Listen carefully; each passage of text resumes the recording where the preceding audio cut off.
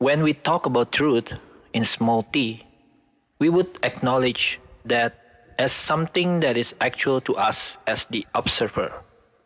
Take this as an example.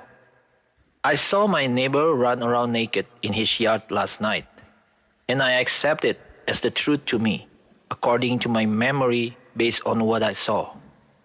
So, when a family member confronted what I saw, like, you might have taken too much beer, I would defend it because I really saw it soberly. So my reply would be like, no, I wasn't drunk at all, I swear. I really saw it. Perceptual truth is like this, something that is perceived by the observer. Basically, this kind of truth is only based on perception and nothing else. And what I saw is true becomes the only proof to defend my perception. Perceptual truth is relative to the one who perceives it. It could have some levels of distortions because the mind may play tricks depending to our conditions that would influence the way we perceive things. There is another truth, which is the absolute truth. Normally, we would written it in the capital letter T. This kind of truth is immutable or unchangeable, or we can call it as the truth as it is. It stays there, not influenced by any human perceptions. We can never claim as knowing the absolute truth because of our limited perceptions. Here's the best example. Let's say the absolute truth is an elephant. Just an example.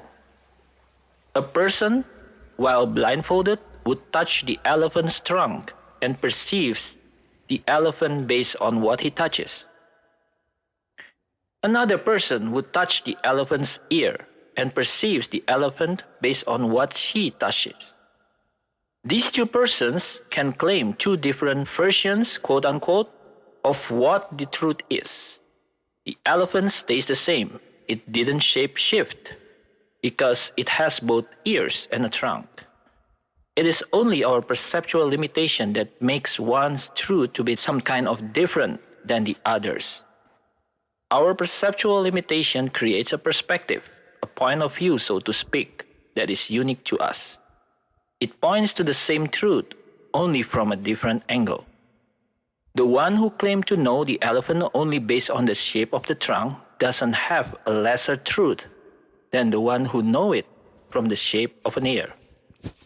The entire elephant as the absolute truth in this case cannot be claimed by any of these two persons because of the limitations from what they would process it.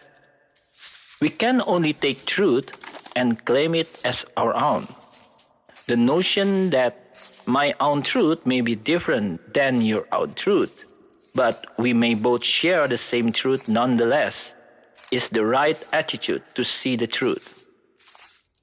In this case, we would continue to seek the truth from others' perspectives based on what they perceive. It may lead to a bigger picture or closer to the absolute truth because, still using the elephant example, both persons can now know the elephant as having both ears and a trunk and take both perspectives as a shared truth.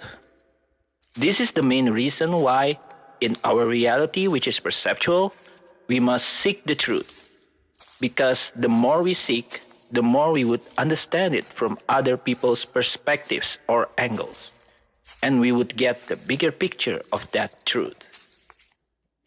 When the claimed truth is being transmitted or told from person to person, naturally, it carries some levels of distortions. This type of transmission is regularly called dogma or propaganda.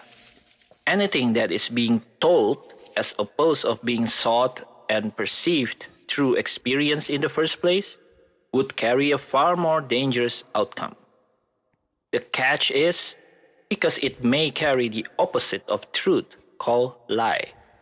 If a lie is intentionally created to suppress the truth or to lead people astray because it drives them away from the absolute truth, then it becomes a falsehood. So many people fall from this method and follow the falsehood maybe because of their fear, or just a blind acceptance to such information disguised as truth. This is why dogma and propaganda are equally hostile to the truth-seeking process. Using the similar elephant example, it would be like this. Someone came to tell you that the elephant lives in the water and it has a fin and 8 tentacles. Or someone would lead you blindfolded to a horse, and as you touch the mane of the horse, he would tell you that it is the elephant. You would falsely perceive that the elephant has a mane, and when you claim that as a truth, then you take a lie as truth. This is why if we only accept what is being told as the truth, then it is similar to how a dogma or propaganda is being transmitted. The benefit is only for the people who fabricate and transmit that information in the first place, as they have their agenda. As a conclusion, the way we as humans to accept truth is all perceptual. I repeat, it is all perceptual. It is based on processes inputted from our senses, what we see, hear, touch, smell, and taste. We cannot claim to have the absolute truth because we live in a kind of reality that is perceptual based. We can only seek the truth based on our perceptual limitations. But the more we seek and the more we learn from other people's perspectives and the reason why they perceive truth that way, only then the bigger picture of absolute truth would gradually appear in front of us. Because the absolute truth stays as it is, immutable, we don't need to worry if what we believe as the truth would collapse, especially if that kind of truth that was being transmitted through dogma and propaganda. It is not the absolute truth itself that is changed. It is just our previously claimed truth that falls apart. Please check past episodes of Inward Journey that discussed our perceptual reality, the illusory nature of our reality.